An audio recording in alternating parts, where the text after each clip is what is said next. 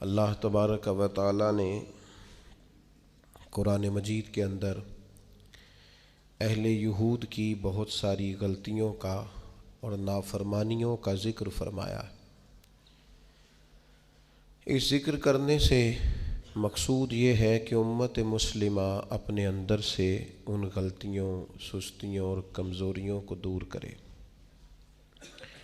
کسی بھی قوم کا تذکرہ قرآن مجید نے جب بھی فرمایا ہے عبرت کے لیے فرمایا ہے۔ جو قومیں تباہ کر دی گئیں، صفحہ ہستی سے مٹا دی گئیں،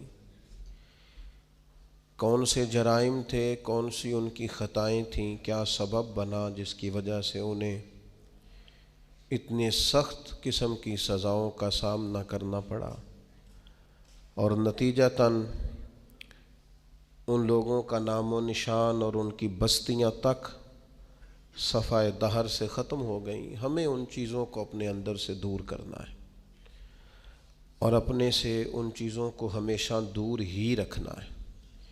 ایک بہت بڑا مسئلہ بنی اسرائیل کے اندر یہ تھا کہ وہ حق بات نہیں کہتے تھے۔ ہوتا یہ ہے کہ جب انسان حق بات بیان کرتا ہے تو کچھ لوگ اس کے مخالف ہو جاتے ہیں۔ آپ کسی شخص کے ساتھ اتنی دیر تک پوری محبت رکھ پاتے ہیں جب آپ اس کی ہر بات میں اس کی تائید کرتے ہیں۔ جہاں آپ کسی کو روکتے ہیں، منع کرتے ہیں یا اظہار حق کرتے ہیں، وہاں وہ شخص مخالفت شروع کر دیتا ہے۔ کبھی بھی ایسا نہیں ہوتا کہ کسی شخص کو آپ نے کسی کام سے روکا ہو اور بڑی جلدی وہ رک گیا ہو، وہ اسے کڑوی گولی محسوس کرتا ہے۔ دو حکم ہیں شریعت اسلامیہ میں مسلمانوں کے لیے، ایک یہ ہے کہ تأمرون بالمعروف، نیکی کا حکم دو، اور ایک یہ ہے کہ وتنہون عن المنکر، برائی سے منع کرو۔ نیکی کا حکم دینا تو آسان کام ہے، خیر کی بات بتانا آسان ہے، لیکن برائی سے روکنا، کسی کو یہ کہنا کہ یار تو یہ کام ٹھیک نہیں ہے، غلط ہے، یہ بات کہنا، یہ بڑا مشکل کام ہے۔ ہم کیا کرتے ہیں، ہمیں پوری خبر ہوتی ہے، پورا علم ہوتا ہے کہ یہ آدمی برائی میں مبتلا ہے، اور کوئی ایسی بات نہیں، کوئی مشکل کام نہیں اسے روکنا، صرف اس لیے کہ میرا مخالف ہو جائے گا، میرے بارے میں اپنے دل میں بوجھ پیدا کر لے گا۔ اس ایک چھوٹی سی لالچ کے لیے ہم اتنا بڑا کام چھوڑ دیتے ہیں جس کی وجہ سے اللہ نے امت کو فضیلت والا بنایا۔ اور بعض ایسے لوگ بھی میں نے دیکھے ہیں کہ جن کے بالکل وہ شخص ماتحت ہوتا ہے، ان کا فرما بردار ہوتا ہے، انہیں اپنا بڑا جانتا ہے، اگر وہ انہیں روکیں گے تو وہ بندہ آسانی سے رک جائے گا۔ وہ شاگرد ہے، مرید ہے، بیٹا ہے، ارادت مند ہے، محبت کرتا ہے، آپ اسے کسی بات سے منع کریں گے وہ غصہ بھی نہیں کرے گا، وہ رک جائے گا۔ لیکن وہ جو تھوڑی دیر کے لیے ہمیں محسوس ہوتا ہے نا کہ ہم نے تو زندگی کو مرتب اس طرح کیا ہے کہ بس جی میں وقت گزارنا ہے، اچھا کہہ کے ٹائم گزارنا ہے، اس کا نتیجہ یہ نکلا ہے کہ معاشرے کے اندر کمزوریاں بڑھ گئی ہیں، غلطیاں بڑھ گئیں۔ آپ کسی کو منصب دے دیں وہ خوش ہوتا ہے، لیکن کسی جگہ سے اسے کہیں کہ تو نے پچھلی صفوں میں رہنا ہے، وہ پریشان ہو جاتا ہے۔ خدا کے بندے، جہاں تیرے اندر کمزوری ہے اس کو اگر تو محسوس کرے گا تو تیرے لیے بڑا فائدہ ہو جائے گا اپنی اصلاح کا، تربیت کا۔ جس کو جہاں روک سکتے ہیں اسے وہاں ضرور روکیں۔ آپ کو پتہ ہے ہمارے بچوں میں غلطیاں زیادہ کیوں بڑھ جاتی ہیں؟ جو وقت تھا نا انہیں منع کرنے کا، اس وقت ہم نے انہیں منع نہیں کیا۔ جو ٹائم تھا انہیں ٹوکنے کا، اس وقت ہم نے انہیں ٹوکا نہیں۔ جو وقت تھا انہیں سمجھانے کا، اس وقت ہم نے انہیں سمجھایا نہیں۔ پھر ایسا وقت آتا ہے کہ وہ غلطیاں پک جاتی ہیں، مزاج کے ساتھ منسلک ہو جاتی ہیں۔ پھر ہم چاہتے ہیں کہ بچوں میں وہ تبدیلی آئے، لیکن اس کے ساتھ بڑا ظلم ہوا، وہ بیچارہ پریشان ہو گیا۔ آپ کوئی جملہ غلط پکا لیتے ہیں نا پڑھتے پڑھتے تو وہ پک جاتا ہے، ٹھیک کرانا بھی چاہیں بعد میں تو ایک وقت آتا ہے وہ ٹھیک نہیں ہوتا، لیکن اگر وقت پہ اسے ٹھیک کر دیا جاتا تو وہ ٹھیک رہتا۔ اپنوں کے ساتھ پیار کریں، اپنوں کے ساتھ محبت کریں، اپنوں کے ساتھ آپ کا رشتہ خلوص والا ہو۔ آپ دیکھیں وہ کہاں غلطی کر رہے ہیں، وقت پر ان کا ہاتھ پکڑیں۔ فصل کے ساتھ جڑی بوٹی اگ گئے تو میرے بھائی جڑی بوٹی کاٹنا بھی لاڈ ہی ہوتا ہے، وہ بھی فصل کے ساتھ پیار ہی ہوتا ہے۔ بچوں میں، شاگردوں میں، مریدوں میں، بھائیوں میں، دوستوں میں غلطیاں آ جائیں تو ان غلطیوں کو دور کرنا یہ محبت ہے۔ آپ اپنے دوستوں کو منع کریں گے تھوڑی دیر کے لیے، یہی ہے نا کہ وہ آپ کو کہیں گے کہ یار جا تو اپنا کام کر، تو یہ تانا آپ نے کس کے لیے سہا؟ تھوڑی دیر کے لیے وہ آپ کو برا ہی کہیں گے، تو یہ آپ نے جو اپنے اوپر اس شخص کی طرف سے آپ نے تھوڑی دیر کے لیے شدت برداشت کی، تو کس کے لیے برداشت کی؟ آپ خیر کی بات کہیں، آپ اچھائی کا جملہ کہیں، آپ لوگوں کو برائی سے منع کریں۔ آپ کہیں ان سے کہ یہاں شہید ہو گئے حضرت سعید ابن مسیب جیسے لوگ، لیکن حجاج ظالم تھا تو انہوں نے ظالم کہا۔ بڑی مار کھائی امام احمد بن حنبل نے، ان کا پورا کرتا اور ان کا پورا لباس اور تہمت خون سے سارا بھر گیا، لیکن انہوں نے بادشاہ وقت کو کہا جو تو کہہ رہا ہے وہ ٹھیک نہیں ہے، تو غلط کہہ رہا ہے۔ جنازے نکلے علماء اور محدثین کے جیلوں سے، لیکن انہوں نے کہا حق حق ہی ہوتا ہے، خیر خیر ہی ہوتی ہے۔ ہم بات ہی نہیں کرتے، ہم اپنوں کو منع ہی نہیں کرتے، ہم لاڈ میں، پیار میں، محبت میں تباہی کرتے جاتے ہیں اپنوں کی۔ جہاں کسی میں کمزوری دیکھیں، ہاں سمجھائیں پیار کے ساتھ، قائل محبت کے ساتھ کریں، لہجہ مصلحانہ ہو، تنقید برائے تنقید نہ ہو، لیکن حق بات کریں۔ بنی اسرائیل کا جرم کیا ہے؟ ان کا جرم یہ ہے کہ اللہ تعالیٰ انہیں فرماتا ہے وَلَا تَلْبِسُوا الْحَقَّ بِالْبَاطِلِ، حق کو باطل سے نہ ملایا کرو، وَتَقْتُمُوا الْحَقَّ وَأَنْتُمْ تَعْلَمُونَ، اور جانتے بوجھتے ہوئے حق نہ چھپایا کرو۔ نہ باطل کو حق سے ملاؤ، نہ حق کو چھپاؤ، وَأَنْتُمْ تَعْلَمُونَ، تمہیں پتہ ہے، تم جانتے ہو۔ میرے نبی پاک صلی اللہ تعالی علیہ وآلہ وسلم نے ارشاد فرمایا جب کسی سے کوئی بات پوچھی گئی اور وہ بات جانتا تھا، اسے علم تھا، وہ گواہی اس کے پاس موجود تھی، وہ شہادت اس کے پاس تھی، اس سے پوچھا گیا لیکن اس بندے نے چھپائی۔ یہ سنن ابو داؤد میں حدیث ہے۔ اللہ کے محبوب فرماتے ہیں قیامت کے دن اس بندے کے منہ میں اللہ آگ کی لگام ڈال دے گا۔ لو اب تیرے منہ میں لگام ڈال دی اور وہ بھی آگ کی، اب نہ بولنا، چونکہ جب حق بولنے کا ٹائم تھا تب تو نہیں بولا، جب تیری ضرورت تھی، جب تیرے کہنے سے مظلوم بچ سکتے تھے، جب تیرے بات کرنے سے ظالم پکڑے جا سکتے تھے، جب تیرے دو جملے کہنے سے کسی شخص کی زندگی بھر کی جمع پونجی بچ سکتی تھی، تو بولا نہیں، تو آج تو میدان محشر میں آیا ہے۔ تو میرے محبوب کہتے ہیں، حضور فرماتے ہیں رب اس کے منہ میں آگ کی لگام ڈالے گا۔ اقبال کہنے لگے اپنے بھی خفا مجھ سے ہیں اور بیگانے بھی ناخوش، کیوں؟ میں کہتا ہوں وہی بات سمجھتا ہوں جسے حق۔ یہ میری مجبوری ہے کہ میں نے ہمیشہ حق کہا ہے، تو اپنے بھی خفا مجھ سے ہیں اور بیگانے بھی ناخوش۔ سب جگہ پہ میں ملامتی ہوں، ہر شخص میرے بارے میں رائے دیتا ہے کہ بڑا سخت گیر آدمی ہے، بڑے مزاج کے اندر شدت پائی جاتی ہے، کیوں؟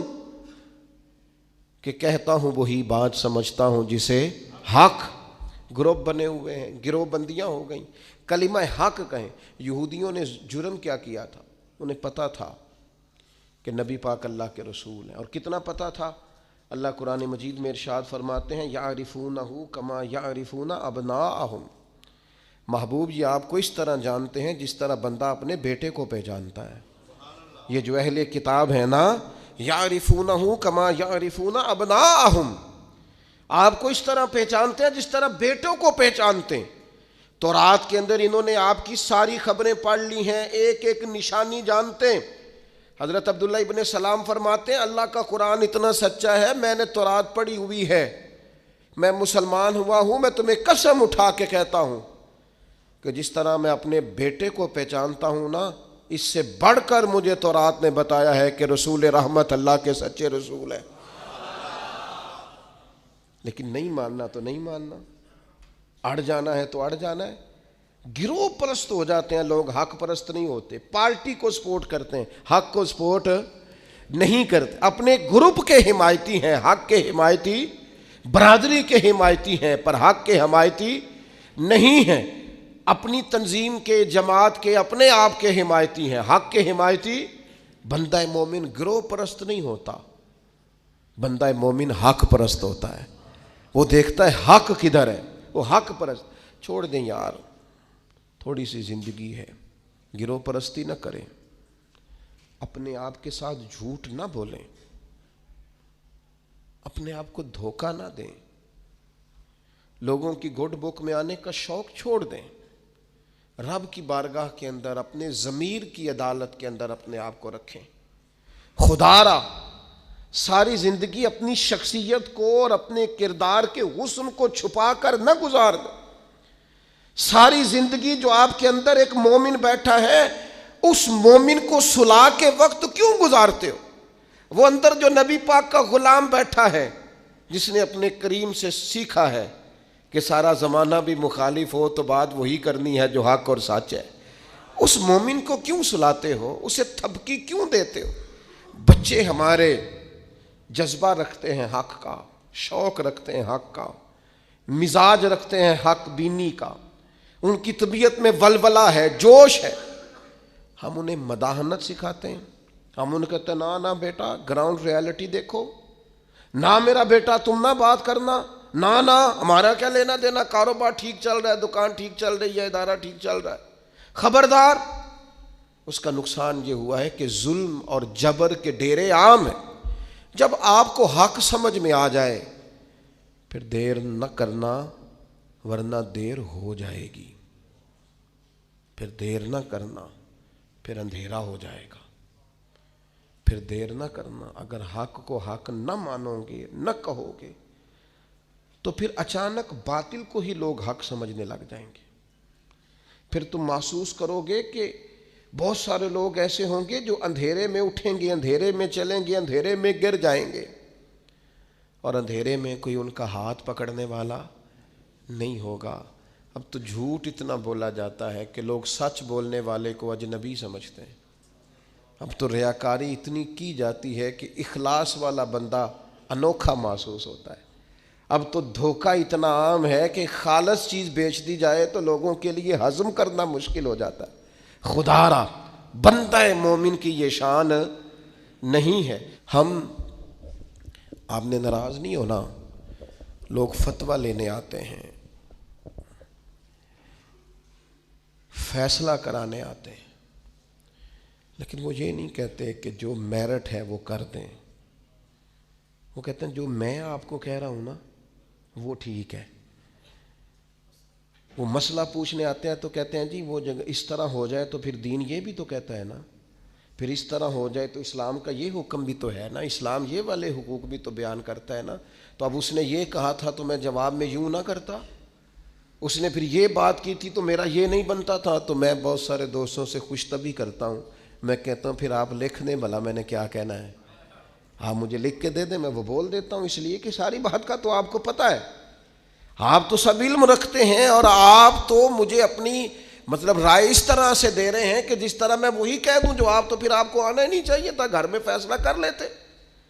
خدا کے بندے اپنے آپ پر فیصلے نہ کرو، اپنے آپ کو قانون کے حوالے کرو، پروٹوکول سے نکل آؤ۔ میں اور آپ اس رسول کے ماننے والے ہیں جس کریم محبوب نے وصال ظاہری سے پہلے منبر پر بیٹھ کر صحابہ سے کہا تھا میرا ارادہ ہو گیا ہے لوٹ جانے کا، میری طرف سے کسی کو تکلیف پہنچی ہو تو میں حاضر ہوں۔ آنا ذرا ایک ایک کر کے ہم بھی 2 منٹ کے لیے بہو سے پوچھ نہ لیں، داماد سے پوچھ نہ لیں، جس بیوی نے ساری زندگی کوڑے کے نیچے وقت گزارا ہے اس سے پوچھ نہ لیں کہ تو میری طرف سے راضی ہے کہ ناراض ہے، پڑوسیوں سے 1-2 دفعہ بات کر نہ لیں۔ ایک صحابی اگر میدان بدر کے اندر عرض کرتے ہیں کہ یا رسول اللہ آپ نے صفیں سیدھی کراتے وقت مجھے تیر چبھویا ہے، حضور تو معصوم عن الخطا ہے، محبوب کے لیے تو یہ تصور کرنا جرم ہے لیکن ہماری تعلیم کے لیے وہ صحابی کیا کہتے ہیں؟ حضور مجھے تیر چبھویا ہے، تو محبوب کیا فرماتے ہیں؟ مجھے استثناء حاصل ہے، وزیر اعظم پر، گورنر صاحب پر اور صدر پر پرچہ ہی نہیں ہو سکتا، میں چونکہ فلاں عہدہ رکھتا ہوں لہذا میرے ساتھ کیسے تو نے بات کر لی؟ یہ میرے رسول کا دیا ہوا طریقہ ہے۔ محبوب کریم نے گویا اپنے لفظوں میں بات کر رہا ہوں، حضور نے جو قانون بنایا تھا محبوب نے خود اپنے آپ کو اس قانون کے حوالے کیا، فرمایا آ جا میں کرتا ہٹاتا ہوں تو بدلہ لے لے، نا آؤ نا 2 منٹ کے لیے اپنے آپ کو کٹہروں میں کھڑا کرو نا، آؤ جس جگہ پہ بیٹھ کے 25-30 سال سرکاری نوکری کی ہے، آؤ نا اپنے آپ کو کٹہرے میں کھڑا کرو، اپنی عدالت میں اپنے آپ کو پیش کرو۔ نوکری کی ہے کہ تعلقات نبھائے ہیں، سرکاری نوکری کی ہے کہ افسروں کو راضی کیا ہے۔ آؤ نا، جن کو منصب ملے ہیں، منصب جن کو عہدے ملے ہیں، جن کو بڑا کچھ ملا ہے، وہ تھوڑی دیر کے لیے آئیں نا اپنے آپ کو کٹہروں میں کھڑا کریں۔ وہ پیر صاحب، وہ مولوی صاحب جن کے لوگوں نے ہاتھ بھی چومے اور ان کے پیروں میں نذرانے بھی ڈالے، اور گھنٹوں لوگوں نے سڑکوں پہ پھول لے کے جن کا استقبال بھی کیا، اور جن کے بچوں کو بھی لوگوں نے سلوٹ کیا کہ یہ شیخ کی اولاد ہے، وہ آئے نا کبھی کٹہرے میں کھڑے ہو کے بتائیں نا جس دین نے انہیں اتنا دیا ہے انہوں نے اس دین کو کیا دیا ہے۔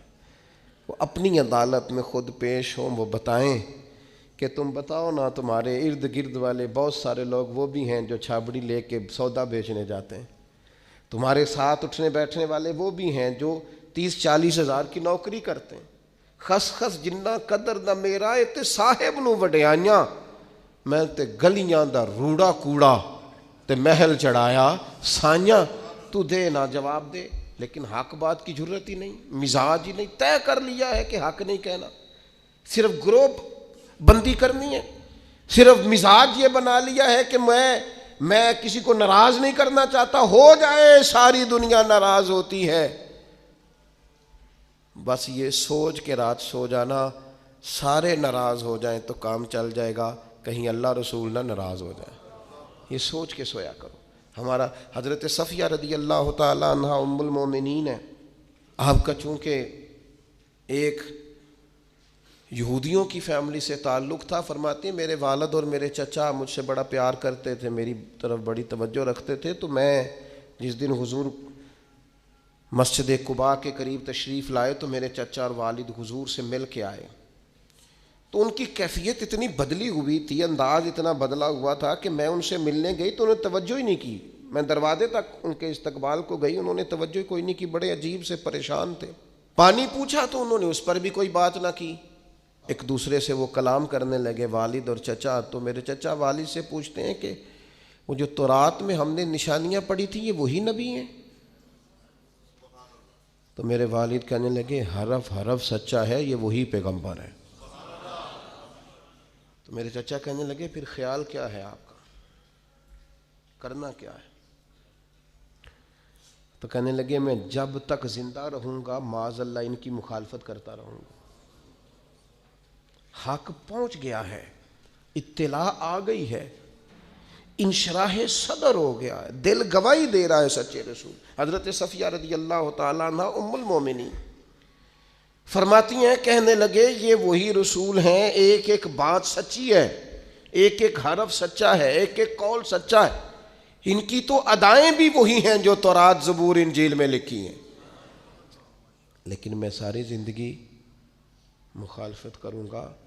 ہم نے غور کرنا ہے یہودیوں والی یہ عادت کہیں مسلمانوں میں تو سرایت نہیں کر گئی، جس کا ہمیں پورا پتہ چل جاتا ہے یہ حق ہے ہم اس کے بھی مخالف ہیں، جس کی بات کے بارے میں انشراح صدر ہو جاتا ہے، دل گواہی دیتا ہے کہ بات بالکل ٹھیک ہے، اس کو بھی قبول نہیں کرتے۔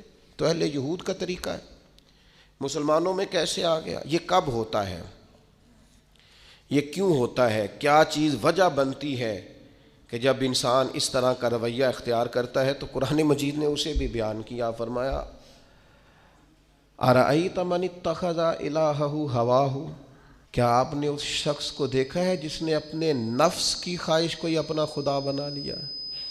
اَرَأَيْتَ، کیا آپ نے دیکھا ہے من اتخذ الہہ ہواہ، اس شخص کو دیکھا ہے جس نے خواہش نفس کو ہی خدا مان لیا؟ نبی پاک صلی اللہ تعالی علیہ وسلم نے ارشاد فرمایا آسمان کے سائے کے نیچے اللہ کے سوا پوجے جانے والے معبودوں میں سے سب سے سنگین اللہ کے نزدیک وہ معبود ہے جو لوگ اپنے نفس کی خواہش کو معبود بنا کے پوجتے ہیں۔ رب کہتا ہے انہوں نے اللہ کے مقابلے میں معبود بنا لیا۔ کس کو؟ نفس کی خواہش کو۔ ایک طرف اللہ کا حکم ہے، ایک طرف نفس کی خواہش ہے، چلتے کس طرف ہیں؟ رب کہتا ہے انہوں نے نفس کی خواہش کو اپنا معبود بنا لیا، اللہ کا حکم نہیں مانتے۔ میں آپ سے ایک بات پوچھتا ہوں، جنازے کو بھی نماز ہی کہتے ہو نا؟ اس کا پورا نام کیا ہے؟ وہ بھی نماز ہے، اور فجر والی بھی نماز ہے۔ کتنا دوڑ رہا ہے بندہ، محلے کا ایک علاقے کا ایک بااثر آدمی انتقال کر گیا، دوڑ رہا ہے، چھٹی لی ہے، بھاگا آیا ہے، جلدی سے وضو کیا ہے، جنازہ پڑھنا ہے، لمبا چوڑا رش ہو گیا، صفیں گنی نہیں جا رہی، سر گنے نہیں جا رہے۔ یہ کس لیے آئے؟ کہتے ہیں نماز پڑھنے ہیں جنازے کی۔ اگر تو آئے ہو نماز پڑھنے تو فجر بھی نماز ہی ہے، ظہر بھی نماز ہے، عصر بھی نماز ہے، مغرب عشاء بھی۔ اگر تو نماز پڑھنے آئے ہو تو بتاؤ یہ والی چھٹی تم نے 5 نمازوں میں کیوں نہیں لی؟ اگر تو آئے ہو نماز پڑھنے تو پھر بتلاؤ یہ والا اہتمام فجر میں کیوں نہیں ہوا؟ یہ تم نماز پڑھنے نہیں آئے، یہ ہم اللہ کے حضور حاضری دینے نہیں آئے۔ یہ وہ جو سیاسی رکھ رکھاؤ ہے، یہ جو ذاتی یہ نفس کی عبادت ہے، یہ اللہ کی عبادت نہیں ہے، یہ خواہش نفس کی تکمیل ہے۔ یہ رب کی عبادت، یہ تو اپنے خواہش کے پیچھے دوڑے آئے ہو۔ مجھے بتلاؤ نا۔ وہ ایک شاعر تھے، انہوں نے بات تو بڑی غلط کی، لیکن چلو بعض اوقات نصیحت کے لیے کچھ باتوں کو دہرا دینا چاہیے۔ پاکستان کے ایک معروف شاعر تھے، ان سے کسی نے کہا کہ آپ مسلمان ہیں؟ کہنے لگا آدھا مسلمان ہوں آدھا کافر ہوں۔ کہا کس طرح؟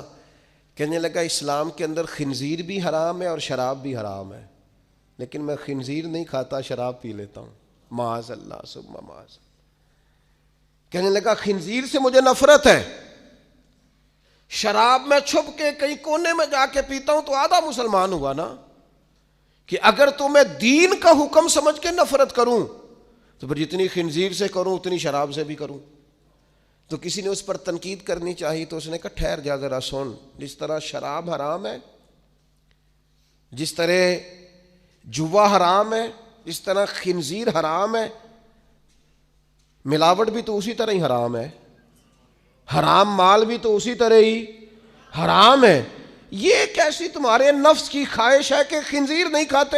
کہتے ہیں کہ کسی علاقے میں ایک آفیسر تھا تو وہ سب حرام مال اکٹھا کرتا تھا، تو کوئی کسی کی ضرورت ہی نہیں تھی اس سے بات کرنے کی۔ تو ایک بوڑھی اماں تھی، وہ بڑی حق بات کہنے کا مزاج رکھتی تھی، تو ان کی مرغی مر گئی، تو اس کے گلے پہ چھری چلا کے نا تو اس آفیسر کے گھر دے آئیں دیسی مرغی۔ تو وہ شام کو شکریہ ادا کرنے آ گیا، کہنے لگا اماں کمال کر دیا، دیسی مرغی تو کوئی کسی کو دیتا ہی نہیں۔ کہنے لگے بیٹے نہیں، کمال والی بات نہیں، مر گئی تھی۔ تو وہ ناراض ہو گیا، کہنے لگا مر گئی تھی تو میرے گھر کیوں دے دی؟ کہنے لگی سارا محلہ جانتا ہے تو سارا حرام کھاتا ہے۔ تو میں نے کہا یہ کروڑوں حرام کھا گیا تو کوئی مشکل نہیں، تو ایک مرغی سے کیا تکلیف دے گی؟ تو وہ اللہ نے اس کے دل میں بات ڈالی، اس کو اثر ہوا، وہ رونے لگا، کہنے لگا بات تو ٹھیک کر رہی ہے، کروڑوں روپیہ حرام کا آئے تو وہ چونکہ نفس پسند کر رہا ہے تو وہ ٹھیک ہے، اور ایک مرغی صرف چھری نہیں چل سکی مر گئی تو اس سے الٹی آ رہی ہے، کہہ رہی ہے، کیا مطلب ہے اس کا؟ وہ ہمارے ایک دوست ہیں، وہ کہتے ہیں ہمارے زمانے میں لوگ اس طرح کے پرہیزگار ہیں کہ ایک شخص کو ایک نیا جوتا مل گیا کہیں گرا ہوا، اس نے اس کا مالک ڈھونڈنا شروع کیا۔ کسی کا نیا جوتا گر گیا سڑک پہ تو ڈھونڈتا رہا، ایک پیر تھا، ڈھونڈتا رہا، وہ کس کا ہے بھائی، کس کا ہے؟ تھوڑی دیر آگے جا کے اسے اس کا دوسرا پیر بھی مل گیا، پھر اس نے مالک ڈھونڈنا چھوڑ دیا۔ پہلے وہ نیک تھا کیونکہ ایک جوتا تھا نا، پہن نہیں سکتا تھا، جیسے ہی اسے اتنی تکلیف کی بات ہے امت مسلمہ میں، نفس کی خواہش کو خدا بنا لیا، جو تیری طبیعت میں آئے ویسے ماں باپ کو تو وقت نہیں دے سکا، ویسے اگر تجھے کہا جائے کہ ماں باپ کی طرف سے کسی یتیم بچے کا خرچہ اٹھا لے، وہ تو نہیں اٹھا سکتا۔ تیرے ماں باپ چلے گئے، ان کی وجہ سے تو کسی غریب بہن بھائی سے تعاون کر تاکہ ماں باپ خوش ہوں، احسان ثواب، وہ تو نہیں کر سکتا۔ دیکھیں چیلم پہ 50 پکیں گی، کیونکہ پتہ چلے نا برادری کو کہ جناب نے چیلم کیا۔ یہ نفس کی خواہش کو خدا بنا لی۔ سیاسی افطاریاں ہو رہی ہیں، کسی کی نیت پر شک نہیں، اچھی نیت سے لوگ افطاری کراتے ہوں گے، لیکن وہ گھروں کا بھی تو ہمیں پتہ ہے نا کہ جہاں لوگ آٹا بھی اس لیے تھوڑا پکاتے ہیں کہ کل بھی اس کی ضرورت ہے۔ وہ محلے کے گھر نظر نہیں آتے؟ افطاری کے لیے ایک سجن بلایا جو پہلے کروڑ پتی، اور بلایا کہاں سے؟ لاہور سے، اسلام آباد سے، فیصل آباد، تو جو تیرے ارد گرد تھے۔ نفس کی خواہش کو خدا بنا لیا۔ بندہ مومن کی یہ شان نہیں ہے۔ جب ہم اللہ تعالیٰ کی عبادت کریں گے، آپ کو پتہ ہے انبیاء کرام علیہم السلام کو لوگوں نے کیوں شہید کر دیا؟ انبیاء کرام کی لوگوں نے کیوں نافرمانی کی؟ اللہ کے رسول تو معصوم ہیں، کسی شخص سے کوئی مطالبہ نہیں کرتے تھے۔ نبی تو خالصتاً داعی بن کر اور تڑپ لے کر اللہ کے بندوں کو رب کی طرف بلاتا ہے۔ کیوں نہیں مانی لوگوں نے بات انبیاء کی؟ حضرت لوط علیہ السلام کی بات اس لیے نہیں مانی کہ وہ ہم جنس پرستی سے، لواطت سے روکتے تھے۔ کیوں لوگوں نے نافرمانی کی حضرت ابراہیم علیہ السلام کی؟ کہ وہ کفر اور شرک سے روکتے تھے۔ کیوں لوگوں نے نافرمانی کی معاذ اللہ نبی پاک علیہ السلام کی؟ کہ حضور فرماتے تھے کوئی بڑا چھوٹا نہیں۔ کیوں سردار بنے ہوئے ہو تم؟ کیوں غریبوں کا خون چوستے ہو؟ کیوں برادری ازم کے نام پر تکبر کرتے ہو؟ لوگ نافرمان ہو گئے۔ ہم کیا کرتے ہیں؟ جیسے ہی ہمارے نفس کی خواہش کو چوٹ لگتی ہے، ہم فوری طور پر مخالف ہو جاتے ہیں۔ میں نے تو، چونکہ چھوٹا سا میرا تجربہ ہے، بہت ساری باتیں تو میں کرنا بھی نہیں چاہتا، میں نے تو دیکھا ہے مرید، شاگرد، عقیدت مند، پیار کرنے والا، اس نے بھی ایک دائرہ بنایا ہوا ہے۔ وہ کہتا ہے کہ مجھے حکم تو دیا جائے، کسی چیز سے روکا نہ جائے۔ اگر کسی جگہ سے آپ نے کسی کو مرشد ہی مان لیا ہے تو پھر تو وہ آپ کو ایسا حکم بھی دے جو بالکل طبیعت کے خلاف ہے، تو آپ یہ سمجھیں دوائی کڑوی ہے، اس میں شفا جلدی ہوگی، لیکن اس بات کے لیے تیار نہیں ہے۔ وہ ایک مزاج ہے، ایک مرضی کی طبیعت ہے، اس کے مطابق آپ دیکھیے نا، قرآن مجید ارشاد فرماتا ہے کہ یہ جو تھے نا قریش مکہ، یہ حاجیوں کو پانی پلاتے تھے، کعبے کے متولی تھے، ساری باتیں مانتے تھے، لیکن کلمہ پڑھنے کو تیار نہیں تھے۔ اللہ کریم نے قرآن مجید میں فرمایا تم نے حاجیوں کو پانی پلانا اور کعبے کی خدمت کرنا اس کے برابر سمجھ لیا ہے کہ یہ کہا جائے کہ میں اللہ اور آخرت پر ایمان لایا، اور تمہیں یہ پانی پلانا بھی تب بھی نفع دے گا جب اللہ اور اس کے رسول کو مانو گے۔ لیکن وہ اپنی مرضی کا مزاج ہے نا جی، اپنی مرضی کی طبیعت ہے۔ اپنی زندگی کے اندر کچھ چیزوں پر توجہ کریں۔ نبی پاک علیہ السلام نے فرمایا جنت اللہ تعالیٰ نے مشکلات سے ڈھانپ دی ہے، دوزخ کو اللہ نے خواہشات سے ڈھانپا ہے۔ اپنی زندگی میں اپنی خواہشات پر توجہ دیں۔